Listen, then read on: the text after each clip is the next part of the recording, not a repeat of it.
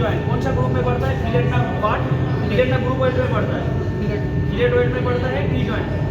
कौन सा पोजीशन में काम करेंगे आज हम लोग? Vertical position. वर्टिकल पोजीशन में। कौन सा वेल्डिंग प्रोसेस में काम करने वाला हूँ? कौन सा गैस यूज करते हैं हम लोग इसमें? CO2 गैस हम लोग यूज करते हैं। तो ये जो वर्टिकल पोजीशन में आज हम लोग प्रैक्टिस करने के लिए जा रहा हूँ। करंट कितना लिया जाता है इसमें? वोल्टेज कितना लिया जाता है? 18 to 19। हम लोग 19 में काम करेंगे, ठीक है। 19 में काम करेंगे तो आपका बीट एफिशिएंसी अच्छा होगा, ठीक है। तो आज हम लोग शुरू करने वाला हूँ। तुमको हम 20% तुम्हारा हाथ पकड़ के दिखा देंगे, बाकी का 80% खुद करो, ठीक है। जब मैं प्रेस करने के लिए बोलेंगे ट्रिगर को प्रेस करना है, जब तुमको बंद करने के लिए बोलेंगे तब उसको बंद कर देना है। बंद करके तुमको बीट का बीट दिखाएंगे, क्या क्या डिफेक्ट बताएंगे, उसके बाद तुम बाकी का 80% खुद से कंप्लीट करो। समझ में आया जो बात हम आपको बताया, ठीक है।